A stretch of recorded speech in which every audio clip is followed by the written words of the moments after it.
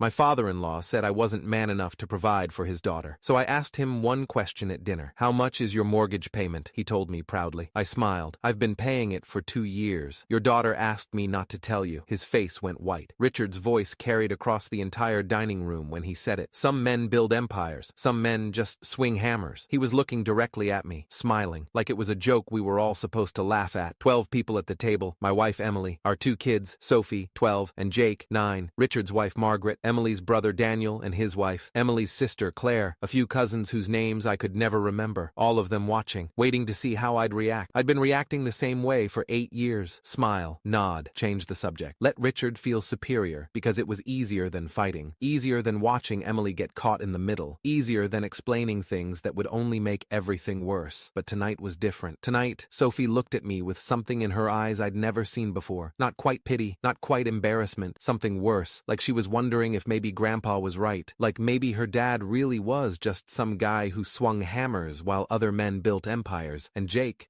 had stopped eating, just sat there with his fork halfway to his mouth, frozen, waiting to see if Dad was going to defend himself or if Grandpa was going to win again. Richard took a long sip of his wine, clearly enjoying himself. I'm just saying, Emily deserves someone with real ambition, someone who thinks bigger than the next paycheck. Emily's hand found mine under the table, squeezed hard, the universal signal for please don't make this worse. But I was done making things better by staying quiet. I set down my fork, looked Richard straight in the eyes. Richard, I said, my voice calm and steady. What's your mortgage payment? The table went silent. Richard blinked. What? Your monthly mortgage payment on this house. I gestured around at the dining room, the vaulted ceilings, the custom built-ins he'd bragged about when they bought the place 6 years ago. How much is it? I don't see what that has to do with humor me. You're questioning my ambition. I'm just curious. How much do you pay every month? He glanced at Margaret. She was staring at her plate, face pale, shoulders tense. She knew. Of course she knew. $3,400, Richard said finally, puffing out his chest. Not that you'd understand numbers like that. I pulled out my phone, opened my banking app, turned the screen toward him. Look at the recipient address on these transactions. Richard leaned forward, squinting at the screen. I watched his face change. Confusion first, then recognition, then something that looked like physical pain. 24 monthly transactions, each one for $3,400, each one sent to 847 Maple Ridge Drive. His address. I've been paying your mortgage for 2 years, I said quietly, since the month after you lost your job and burned through your savings. Your daughter asked me not to tell you. She wanted to protect your pride. Nobody moved. Nobody spoke. You've been living in my house, I continued, still calm, still steady, while calling me a failure in front of my children. I stood up, took Sophie's hand, then Jake's. Richard's mouth was opening and closing, but no sound was coming out. Just this gasping, fish-out-of-water movement that might have been funny if my kids weren't watching their grandfather realize his entire worldview had just collapsed. We're leaving, I said to Emily. She was crying, but she stood up too. We walked toward the front door, Richard's front door, the one I'd been paying for, the one that opened into the entryway I'd been financing, leading into the house I'd been keeping. Wait, Richard's voice finally found him. Jacob, wait, I turned around one last time. You spent 8 years telling me I wasn't good enough for your daughter. I spent 2 years making sure you had a roof over your head anyway. That's the difference between us, Richard. I looked at Margaret, who was openly weeping now. The payments will continue. You won't lose the house, but we're done with these dinners. Then I walked out. His front door. My front door. I'm Jacob Torres, 36 years old, and I've been in construction since I was 17. Not because I couldn't do anything else. Not because I lacked ambition or education or options, but because I loved it. The satisfaction of building something real, something that would stand long after I was gone, something people would use and live in and make memories inside. My father had been a contractor, so was his father. I grew up on job sites, learning to frame walls before I could drive, understanding load-bearing calculations before I understood algebra. By the time I graduated high school, I had more practical skills than most college graduates. I started my own company at 25, Torres Construction. 1 truck, 1 employee, me, and a business loan for $50,000 that terrified me every single day. The first year, I made $34,000, barely covered expenses and loan payments, lived in a studio apartment that was really just a converted garage, ate ramen 4 nights a week. The second year, I made $67,000, hired my first employee, my cousin Miguel, who needed work and knew his way around a job site. The third year, I made $94,000 and hired 2 more guys, started bidding on bigger jobs, commercial contracts, small office renovations, a few custom homes for people with more money than patience. By the time I was 30, I had 40 employees and a reputation for quality work that came in on time and under budget. By 35, I was clearing 7 figures annually and bidding on projects I couldn't have imagined 10 years earlier. High-rise renovations downtown, exposed brick loft conversions, custom homes for tech executives who wanted something unique. unique, government contracts for municipal buildings, but I still wore work boots, still had calloused hands, still showed up at job sites covered in sawdust because I couldn't run a company I didn't understand from the ground up, and Richard hated every single thing about me from the moment we met. I met Emily at a coffee shop near a job site 8 years ago. I ducked in to get something caffeinated during a lunch break, still wearing my work clothes, still covered in drywall dust. She was sitting at a corner table with her laptop,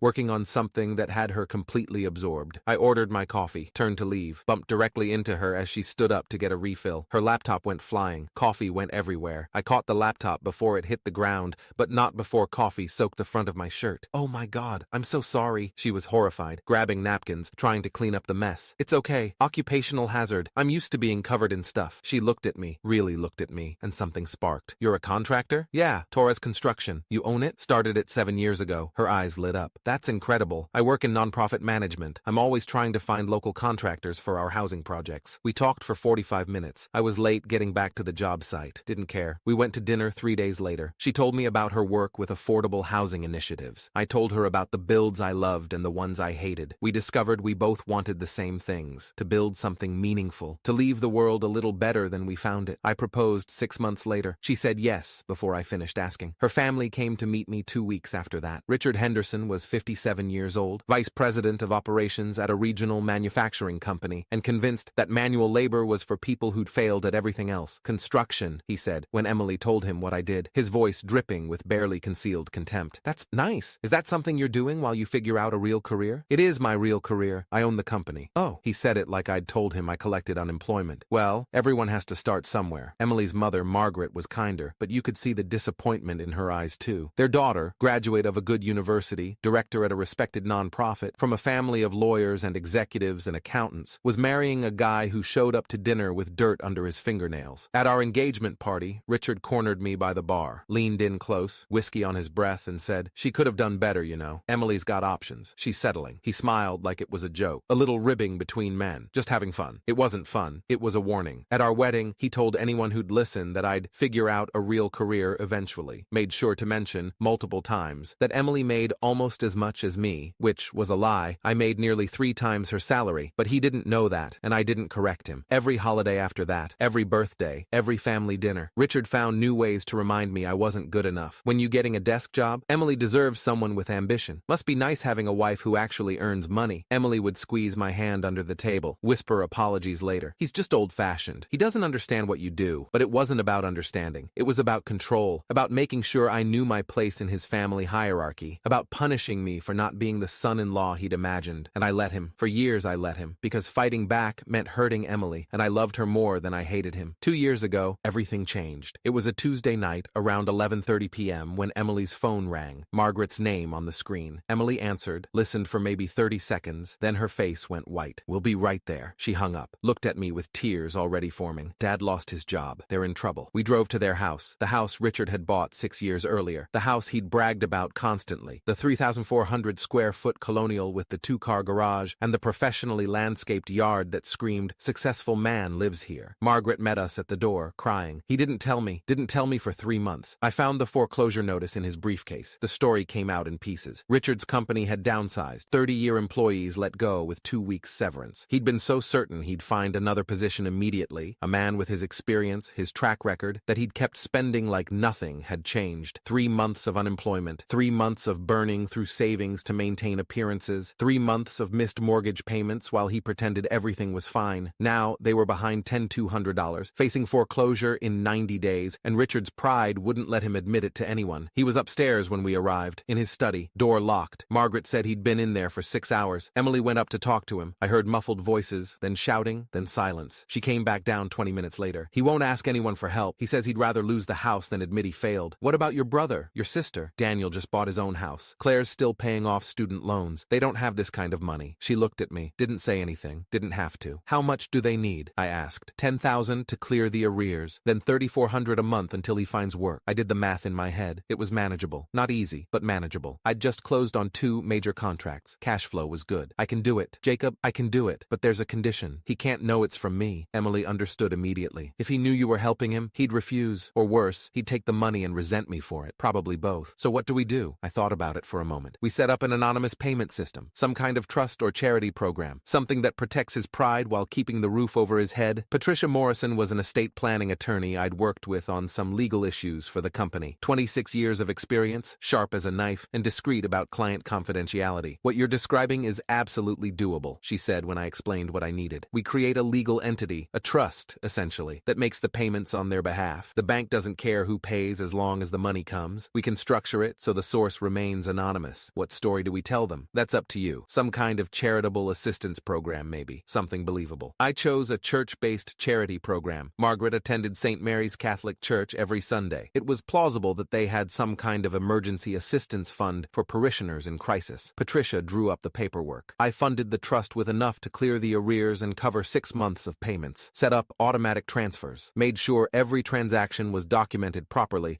in case we ever needed proof. Then I had Patricia's paralegal, a woman named Susan, who'd never met Richard and had no connection to our family, call Margaret and explain that St. Mary's Emergency Assistance Fund had received an anonymous donation earmarked specifically for families facing housing insecurity. Someone wanted to help, Susan told Margaret. We can't disclose who, but they've covered your past due amount and 6 months of future payments. After that, we'll reassess based on your husband's employment situation. Margaret called Emily, sobbing with relief. It's a miracle, an actual miracle. Someone at church knew we were struggling and they helped us. Richard's version was different. He told everyone at the next family dinner about his old colleague from the company who'd made a fortune in real estate investments and wanted to pay it forward to families affected by the downsizing. Made himself the hero of the story, the guy whose loyalty and friendship had inspired such generosity. Emily and I sat there and said nothing. Let him have his dignity. Let him believe whatever story made him feel less like a failure. And every month, $3,400 left my account and went into the trust that paid his mortgage. 24 months, $52,800. His address, my money, and the insults kept coming. Thanksgiving, first year. Still doing manual labor? I always figured you'd move into management eventually. Christmas, first year. Emily mentioned you worked on Christmas Eve. That's rough. Must be hard not having vacation time. Easter, second year. You know, my nephew just made partner at his law firm. 32 years old. Some people just have that drive. Summer barbecue, second year. I'm thinking about buying a boat. Once I'm working again, of course. Though I guess you wouldn't understand that kind of purchase. Every single time, Emily would apologize later. He doesn't mean it. He's still stressed about the job situation. Once he's working again, but he wasn't working again. 57 years old, let go without warning, in an industry that wanted younger and cheaper. Every interview ended the same way. We'll keep your resume on file. His unemployment ran out. His savings evaporated. The trust I'd funded kept his house, kept him fed and warm and comfortable, while he sat in his study sending out resumes and telling everyone who'd listen that I lacked ambition. I could have told him, could have printed out the bank statements and shoved them in his face, could have made him look at the evidence of his own failure and my success. But Emily begged me not to. He's fragile right now. The truth would break him. Please, Jacob, just a little longer. So I stayed quiet. Let him feel superior. Let him think I was just some guy with calloused hands who'd never amount to anything. Until tonight. Until he looked at my 12-year-old daughter and questioned whether her father was good enough. Until he made my 9-year-old son wonder if maybe Grandpa was right. That's when quiet stopped being an option. The drive home was silent for the first 10 minutes. Sophie was in the back seat, staring out the window. Jake was playing some game on his phone, but not really paying attention. Emily sat in the passenger seat with tears running down her face. Finally, Sophie spoke. Dad, is it true? Have you really been paying Grandpa's mortgage? Yes. For 2 years? Yes. Why didn't you tell us? I glanced at Emily. She nodded slightly. Permission to explain. Because your grandfather is proud. He lost his job and it hurt him. Your mom and I wanted to help without making him feel bad about needing help. But he was mean to you. All the time. And you helped him anyway? Yes. Why? That was harder to answer. Because family helps family? Because Emily asked me to? Because keeping the peace was easier than fighting? None of those felt true anymore. I don't know, sweetheart. I think I was wrong to stay quiet for so long. Jake piped up from the back. Grandpa said you weren't successful. But you are, right? Your company is big. Yeah, buddy. The company's doing well. So why did he think you weren't? Because I never told him. I let him think what he wanted to think because it was easier than proving him wrong. Emily finally spoke, her voice thick with tears. I'm sorry. I'm so sorry. I asked you to keep it secret and I shouldn't have. I should have let you tell him from the beginning. You were trying to protect your father. I was enabling him. There's a difference. She wiped her eyes. He's been cruel to you for 8 years, and I asked you to just take it. What kind of wife does that? The kind who loves her father. That's not a crime. It is when that father is tearing down your husband, when he's making your kids question whether their dad is successful, when he's using your money to keep his house while insulting the man who's keeping him afloat. She was right about all of it. We pulled into our driveway, the driveway of the house I'd built myself. Custom home on 2 acres designed specifically for our family, worth probably triple what Richard's house was worth. What happens now? Sophie asked. I don't know yet. My phone started buzzing around 10 p.m. Text from Margaret. Jacob, please. He didn't know. He's devastated. Please call me. Text from Daniel, Emily's brother. What the hell just happened? Mom's hysterical. Dad won't come out of his study. Text from Claire. Is it true? Have you really been paying their mortgage? Then, around midnight, one from Richard. We need to talk. I didn't respond to any of them that night. Just sat on my back porch with a beer, looking at the stars, trying to figure out if I regretted what I'd done. I didn't. Maybe I should have handled it privately. Maybe I should have pulled Richard aside, shown him the evidence quietly, given him a chance to process without an audience. But he'd chosen to humiliate me publicly for 8 years. Seemed fair that the truth came out the same way. Emily came out around 1 a.m., wrapped in a blanket, and sat next to me. My dad's here, in the driveway. He's been sitting in his car for 20 minutes. Do you want me to talk to him? I want you to do whatever feels right to you. You've been doing what I wanted for 2 years. Tonight's your call. I finished my beer, stood up, walked around to the front of the house. Richard was sitting in his car, a 2011 Toyota Camry with 180,000 miles on it, the car he'd been driving since before he lost his job because he couldn't afford to replace it, with the engine off and the windows down. I walked over, leaned against the door. You want to come inside? He shook his head. Couldn't look at me. I came to apologize. I don't expect you to accept it. I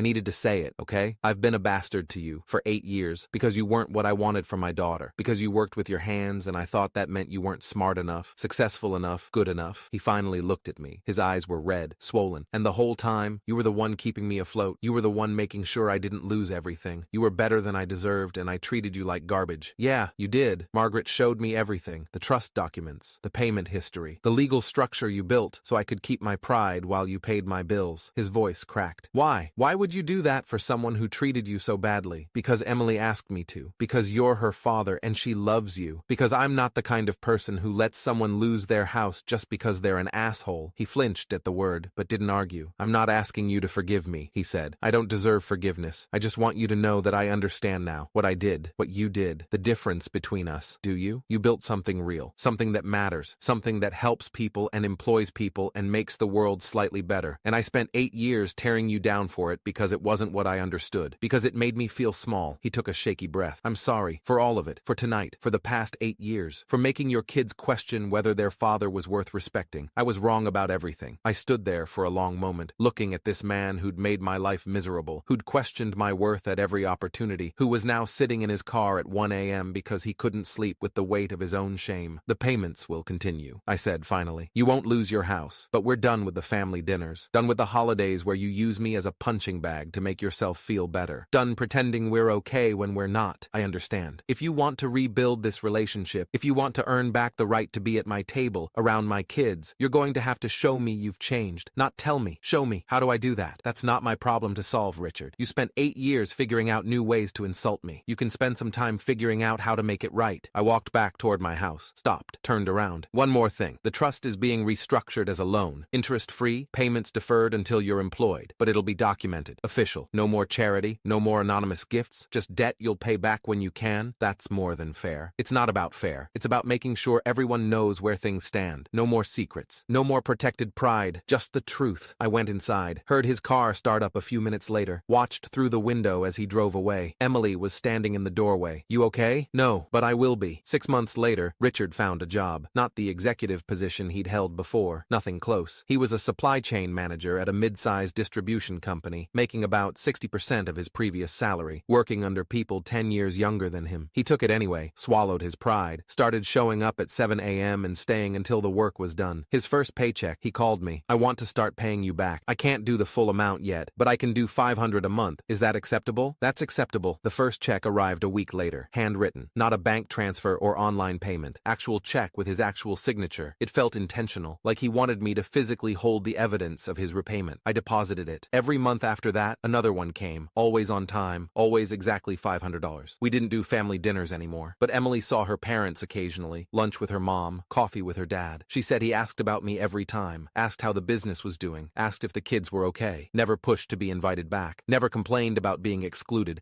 just accepted the consequences of his actions and kept paying his debt. 2 years later, 4 years since I'd started paying his mortgage, 2 years since that Thanksgiving dinner, Richard showed up at one of Jake's baseball games. He didn't sit with us, sat 3 rows back by himself, wearing a company polo shirt with his new employer's logo, watched the whole game in silence. After the final out, Jake ran over to us, glowing from his team's win, saw his grandfather standing awkwardly awkwardly at the edge of the bleachers. Grandpa, did you see my hit? Richard's face transformed. I saw it. That was incredible. Jake looked at me, checking if it was okay. If Grandpa was allowed to be there. I nodded. Jake hugged his grandfather. Richard looked like he might cry. After the game, Richard approached me carefully. I hope it's okay that I came. Jake mentioned it when Emily brought the kids over for lunch. I wanted to see him play. It's okay. I've paid back $18,000 so far. I know it's not everything yet, but I wanted you to know I'm committed to this, to making it right. I know. And I wanted to say, he paused, choosing words carefully, I'm proud of you, of what you've built, of the father you are, of the man my daughter married. I should have said it 8 years ago, but I'm saying it now. Emily came over with Sophie, saw her father. Her face softened slightly. Hi, Dad. Hi, sweetheart. They stood there awkwardly for a moment. Then Emily said, we're getting pizza after this. You could join us, if you want. Richard looked at me, asking permission. Pizza sounds good, I said. It took 3 more years for Richard to pay me back completely. $63,800. Every penny I'd paid on his mortgage. The final check arrived on a Tuesday morning, along with a letter. Jacob, this is the last payment. Everything I owed you, paid in full. I know money doesn't fix what I did. I know you helped me not because you wanted gratitude, but because that's who you are. But I needed to close this debt, needed to prove to you and to myself that I could make it right. You saved my family when I was too proud to save myself. You protected my dignity even when I didn't deserve it. You showed me what it actually means to be a man, not by talking about it, but by living it. Thank you for everything, but especially for not giving up on us completely, for giving me the chance to earn my way back into your family's life. I won't waste it. Richard, I put the check and letter in my safe, didn't frame it or display it, just kept it as a reminder that people can change, given enough time and enough consequences.